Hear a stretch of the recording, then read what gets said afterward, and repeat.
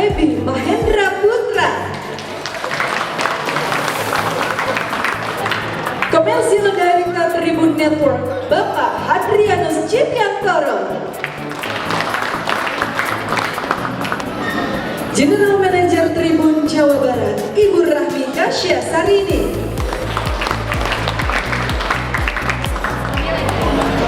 Pemimpin Redaksi Tribun Jawa Barat, Bapak Adi Sasono. Dan juga segenap jajaran pimpinan Tribun Jabar.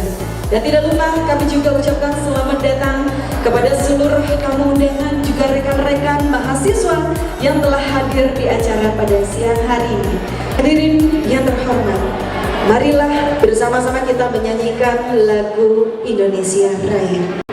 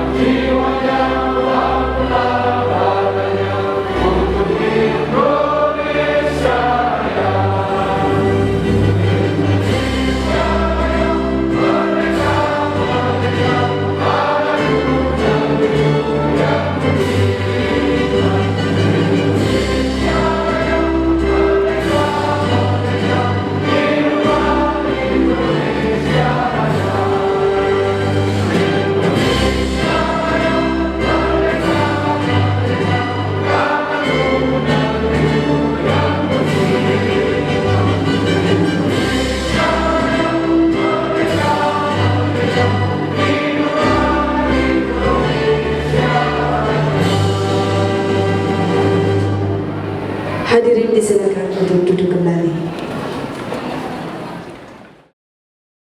Hadirin, marilah bersama-sama kita panjatkan doa kepada Tuhan Yang Maha Esa agar kegiatan hari ini dapat berjalan dengan hikmat dan penuh manfaat. Yang akan dipimpin oleh Bapak Mahmud Mubarak. Kepada Bapak Mahmud Mubarak disilakan. Marilah kita sejenak menundukkan hati dan kepala kita. Mohon kepada Allah Subhanahu wa taala, Tuhan Yang Maha Esa, agar acara ini berlangsung lancar. Perkenankan saya untuk memimpin doa secara Islam. Kemudian lain, persilakan untuk berdoa menurut agama dan kepercayaan masing-masing. Bismillahirrahmanirrahim. Alhamdulillahirabbil alamin. Allahumma inna nas'aluka بأن لك الحمد لا إله إلا أنت وحده لا شريك له المنان بديع السماوات والأرض يا ذا الجلال والإكرام يا حي يا قيوم.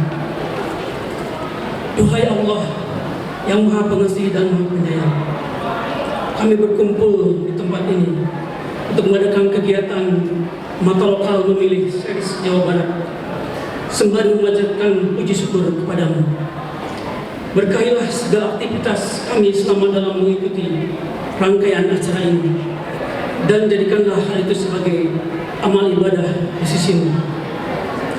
Untuk itu ya Allah, tetapkanlah rahmat dan kasih sayangmu kepada kami, dan jadikanlah pertemuan ini sebagai pertemuan yang Engkau ridhoi.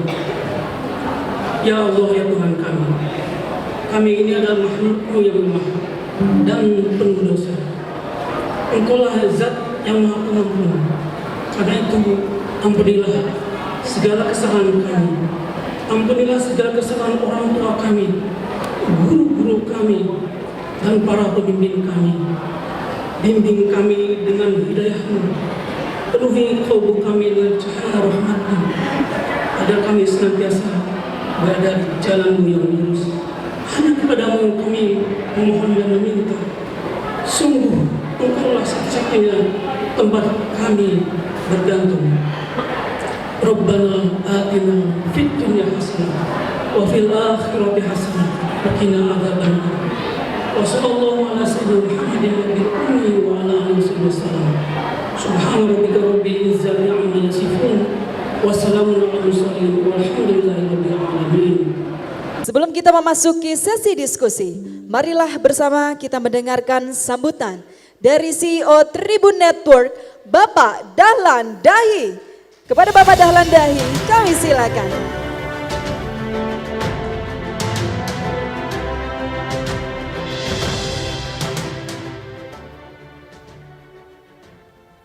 Yang pertama, Jawa Barat pemilihnya 35,7 juta. Ini yang terbesar di Indonesia dan ini lebih besar dari penduduk Malaysia. Malaysia sekarang ini sekitar 34 juta. Tentu lebih besar lagi dari penduduk satu benua Australia, 27 juta. Jadi ketika kita mendiskusikan Jawa Barat dalam konteks politik, maka kita mendiskusikan salah satu provinsi dengan penyumbang suara terbesar. Tapi ini mohon maaf ya, dari 6 pasang calon tidak ada dari Jawa Barat. Apakah ini perlu tepuk tangan? Boleh juga itu menyemarakan diskusi ya. Oke, boleh tepuk tangan. Yang kedua, 2019 pemilu 2019 ini adalah satu-satunya provinsi yang dimenangkan Pak Prabowo di Jawa. Dengan perolehan suara 16 juta versus 10 juta. Jadi ini selisihnya cukup besar dan sangat strategis bagi kemenangan Pak Prabowo 2019. Pak Prabowo meraih 59% dan Pak Jokowi sekitar 40%. Kalau kita lihat survei Litbang Kompas terakhir, maka kita melihat bahwa 60 hari sebelum coblosan terjadi pergeseran politik Jawa Barat. Pak Prabowo 38,1%. Jadi dari 59% menjadi 38,1%. Pak Anies yang tidak ada di 2019 itu 27,3%. Dan Pak Ganjar 8,2%. Artinya kita sudah melihat ada pergeseran politik di Jawa Barat. Yang kedua yang saya ingin sampaikan adalah Tribun Series. Ya. Tribun menyadari bahwa setiap daerah memiliki dinamika politik yang berbeda. Itu tadi perspektif Jawa Barat. Kami menyelenggarakan ini juga di Jawa Timur bulan lalu dan dinamika politik Jawa Timur itu dinamika politik yang sungguh-sungguh berbeda dengan Jawa Barat. Lalu kami masuk ke Jawa Tengah, kami ke Medan, terus di Bali. Semua daerah ini beda-beda. Tribun Series ini diadakan untuk memberi ruang bagi perbedaan aspirasi politik di Indonesia. Dan semoga terjalin dinamika yang dinamis, harmonis untuk menuju Indonesia yang beragam. Bhinneka Tunggal Ika. Dan sesuai dengan pesan acara ini, semoga kerukunan antara kita terjalin dengan baik dan semoga pertumbuhan ekonomi juga tetap bagus agar masyarakat kita makin sejahtera. Terima kasih. Assalamualaikum warahmatullahi wabarakatuh. Selamat siang.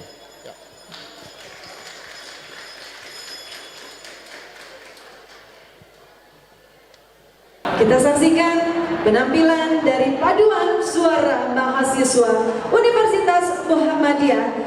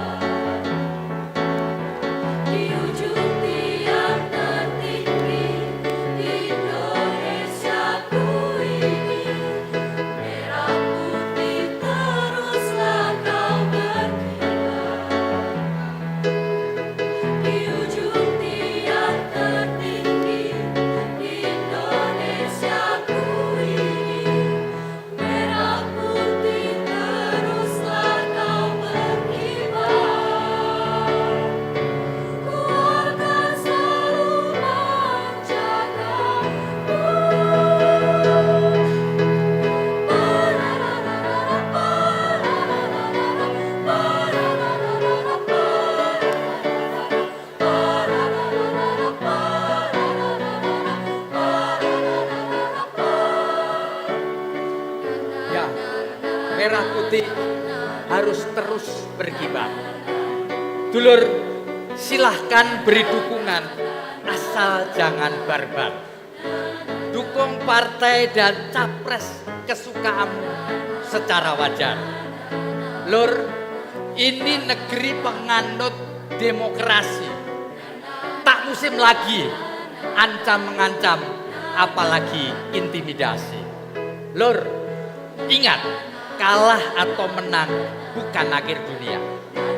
Semua harus kembali normal pada saatnya. Lur, ingat kita semua bersaudara.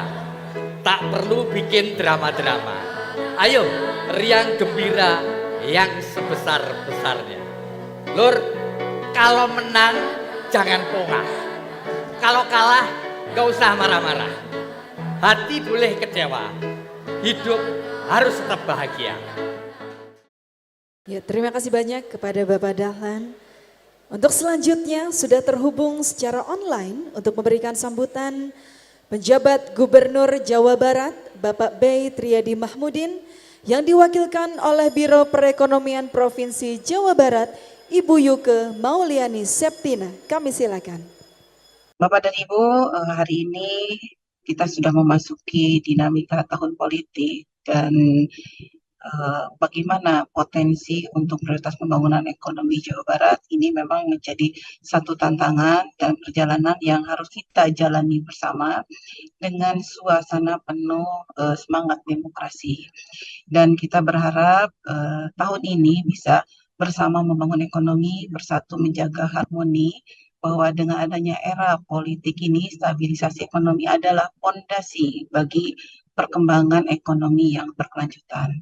Oleh karena itu kami dari pemerintah daerah Provinsi Jawa Barat berkomitmen untuk fokus pada beberapa prioritas kunci. Pertama-tama kita akan mendorong pertumbuhan ekonomi yang inklusif. Sebagaimana kita ketahui, kita tidak hanya berbicara tentang angka saja, tetapi memastikan bahwa manfaat pembangunan ekonomi dapat dirasakan oleh seluruh lapisan masyarakat. Dan dengan adanya ekonomi, menciptakan peluang bagi pelaku usaha, baik kecil maupun menengah, serta dapat memberdayakan masyarakat melalui program pelatihan keterampilan dan lain sebagainya. Selanjutnya, Bapak dan Ibu hadirin yang kami hormati, ada beberapa sektor industri yang menjadi unggulan Pemprov Jabar. Yang pertama itu kaitan dengan industri, karena secara angka 60% investasi Indonesia adanya di Jawa Barat. Dan ini diharapkan kita bisa mendongkrak baik dari sisi tenaga kerja, sisi pendapatan, dan bisa menarik juga sisi ekonomi skala menengah. Dan selain industri, ada juga sektor pertanian yang akan terus kami fokuskan. Sebagaimana kita ketahui, prediksi dari BPS bahwa 2035 jumlah penduduk Jawa Barat ini mencapai 57,1 juta jiwa. Dan ini perlu kita perhatikan dari sisi kebutuhan pangannya. Selain itu juga kita perlu memperhatikan sisi gizi dan kesehatannya, sehingga sektor pertanian menjadi sektor yang tetap menjadi unggulan di Jawa Barat. Dan selain itu juga kita akan merubah sedikit demi sedikit mengarah kepada pertanian dengan menggunakan teknologi dan transformasi menuju pertanian yang inovatif. Sehingga kedepannya kesejahteraan petani menjadi lebih meningkat dibanding sebelumnya. Selanjutnya Bapak dan Ibu, kami dari pemerintah Provinsi Jawa Barat, tadi kaitan dengan sektor-sektor unggulan, kami terus akan mendukung juga kaitan dengan perekonomian ini dengan tetap membangun infrastruktur strategis, karena infrastruktur ini tetap menjadi pilar utama. Dan kami akan terus melanjutkan program-program strategis lainnya, dan alhamdulillah secara angka juga kami menjadi nomor 1 yang meraih investasi tertinggi di Indonesia. Bapak dan Ibu, mari kita bersama-sama menjalani tahun politik ini dengan semangat kerjasama dan kesatuan, dengan kebijakan yang bijaksana dan partisipasi aktif kita semua. Dan saya yakin kita dapat membangun Jawa Barat yang lebih maju dan harmonis. Demikian yang dapat kami sampaikan. Terima kasih atas dukungan dan kerjasamanya. Selamat berpartisipasi dalam demokrasi dan selamat membangun Jawa Barat. Sehingga Jawa Barat unggul tidak hanya di Indonesia tetapi di global. Demikian, wassalamualaikum warahmatullahi wabarakatuh. Terima kasih kepada Ibu Yuke selaku perwakilan penjabat Gubernur Jawa Barat. Untuk selanjutnya dengan hormat sudah terhubung secara online Menteri Komunikasi dan Informatika Republik Indonesia sebagai sekaligus keynote speaker pada kesempatan hari ini. Bapak Budi Aris Setiadi, kami silakan.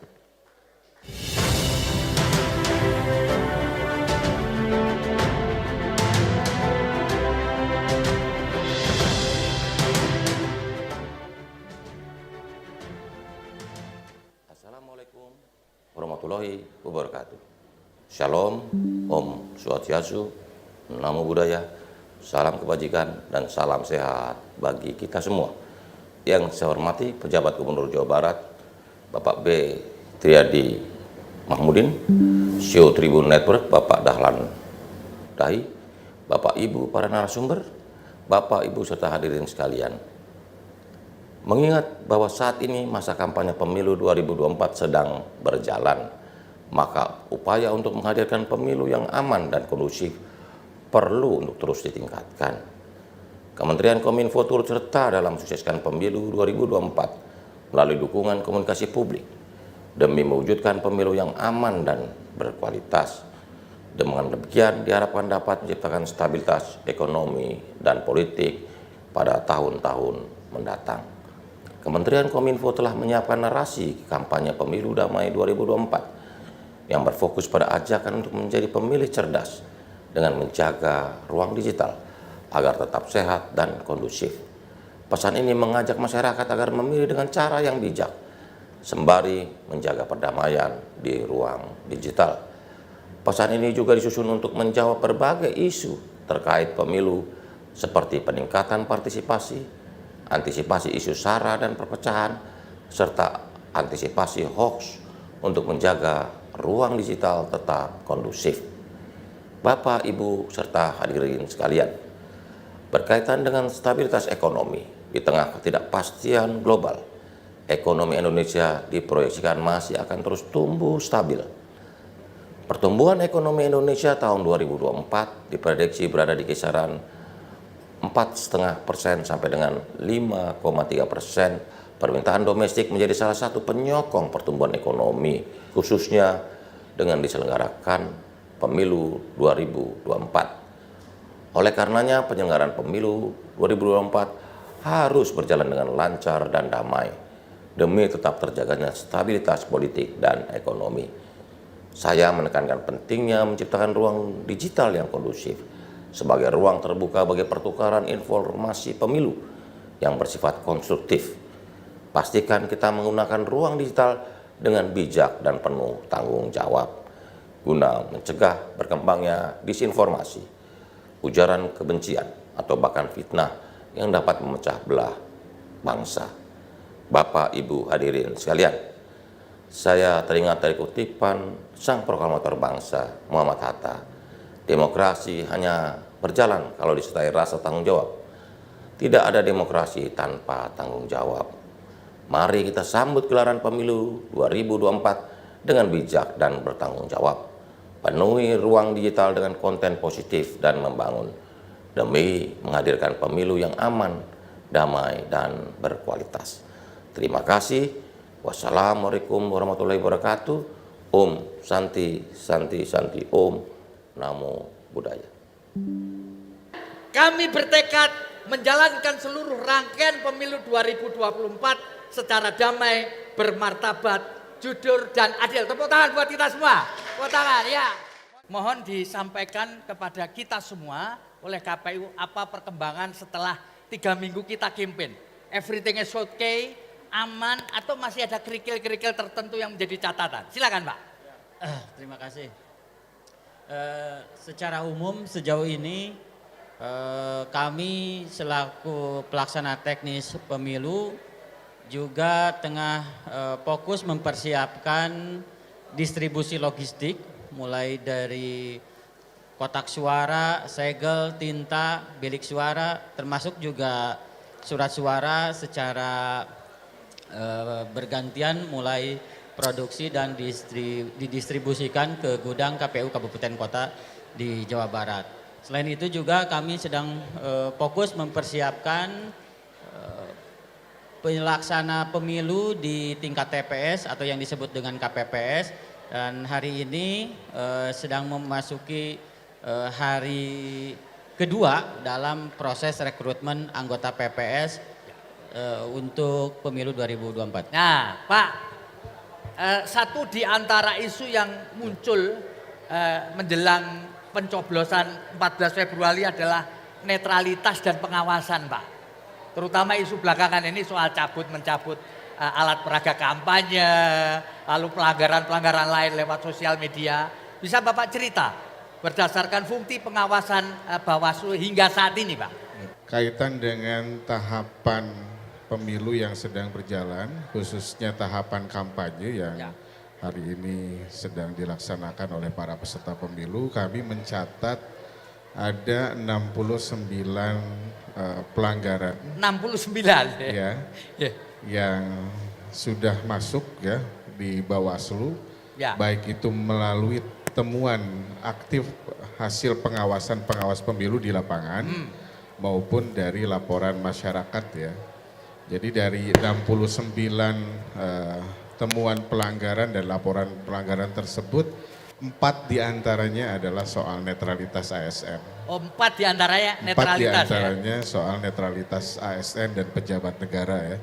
Bahkan kan di Undang-Undang 7 tahun 2017 itu di pasal 282 dan 283 itu bukan hanya di tahapan kampanye, Mas Febri ya. ASN, TNI Polri, pejabat negara itu harus netral gitu ya. Tetapi di non tahapan kampanye pun itu harus netral. Ya. Meskipun tidak berakibat hukum pada tindak pidana pemilu ya, di luar tahapan.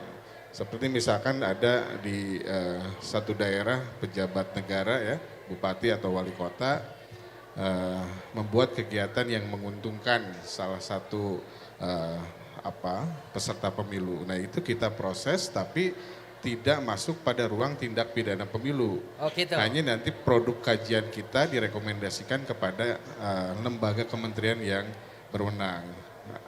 Begitu juga dengan ASN. Di non tahapan kampanye ASN juga bisa kena pelanggaran kode etik netralitas ASN.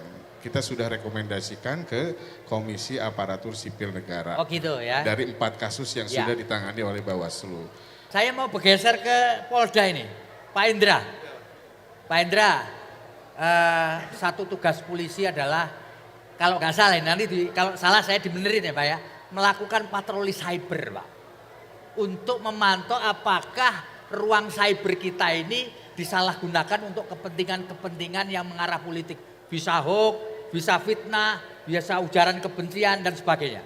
Apa benar yang dilakukan sekarang di Polda Jabar, Pak? Ya, jadi memang saat ini kan seperti kita ketahui bersama, dunia ini selain dunia nyata ini juga ada dunia maya.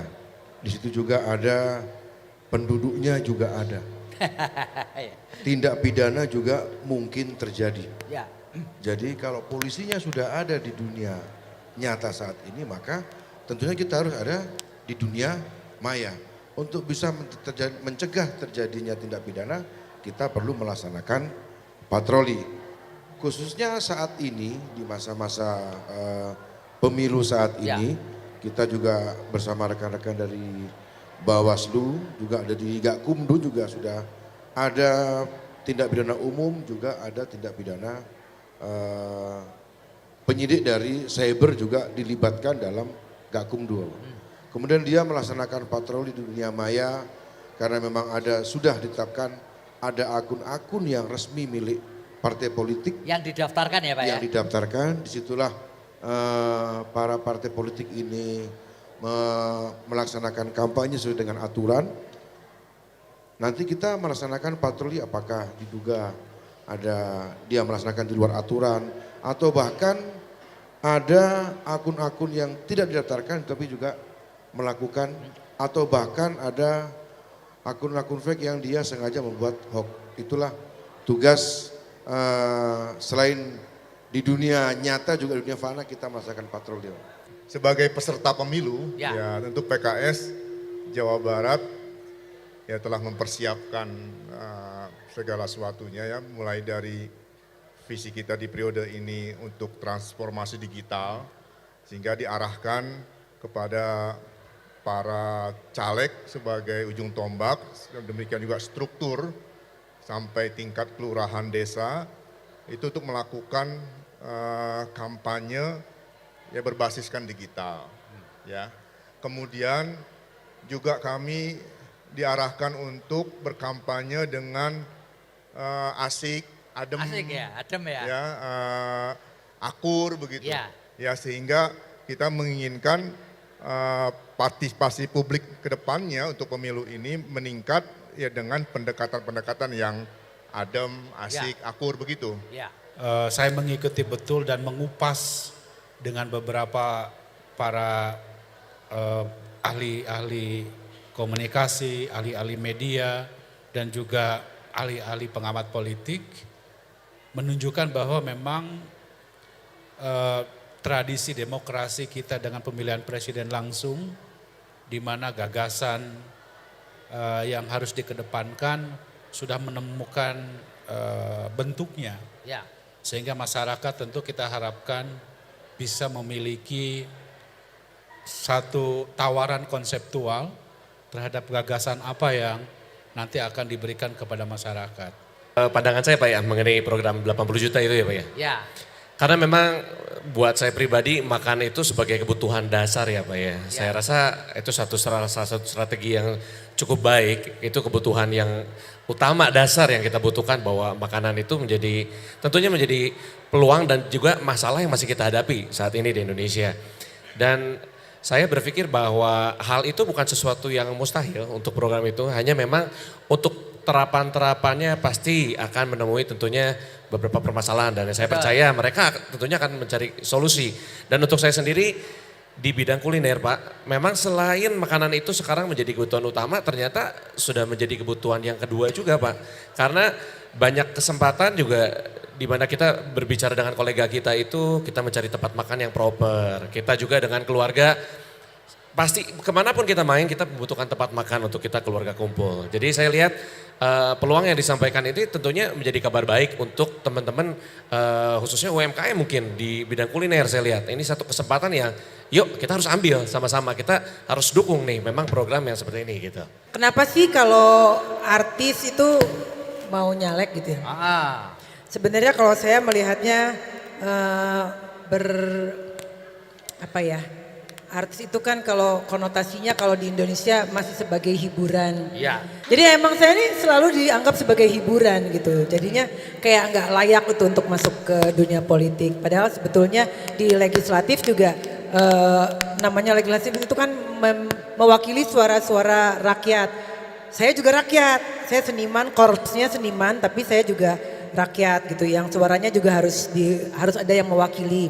FVP Mahendrapura pamit undur diri. Kita kembalikan ke MC kita. Sama kekasih makan surabi. Ica mau mengucapkan terima kasih untuk Bapak Febi. Luar biasa, kita berikan tepuk tangan dulu dong untuk Pak Febi. Mohon izin kepada seluruh narasumber, izin untuk bersama kami di atas panggung. Karena selanjutnya akan ada penyerahan cenderamata dan juga foto bersama yang akan langsung diserahkan oleh CEO Tribun Network, Bapak Dahlan Dahi. Kami silakan. Kita selalu bisa melakukan apapun yang kita bisa, dengan apapun yang kita punya, dimanapun kita berada. Marilah bersama kita memajukan Indonesia untuk lebih siap menghadapi masa depan. Pantun sebelum menutup acara sore hari ini. Ketemu mantan di alun-alun. Ica Ara ucapkan hatur nuhun. Assalamualaikum warahmatullahi wabarakatuh. Sampai jumpa.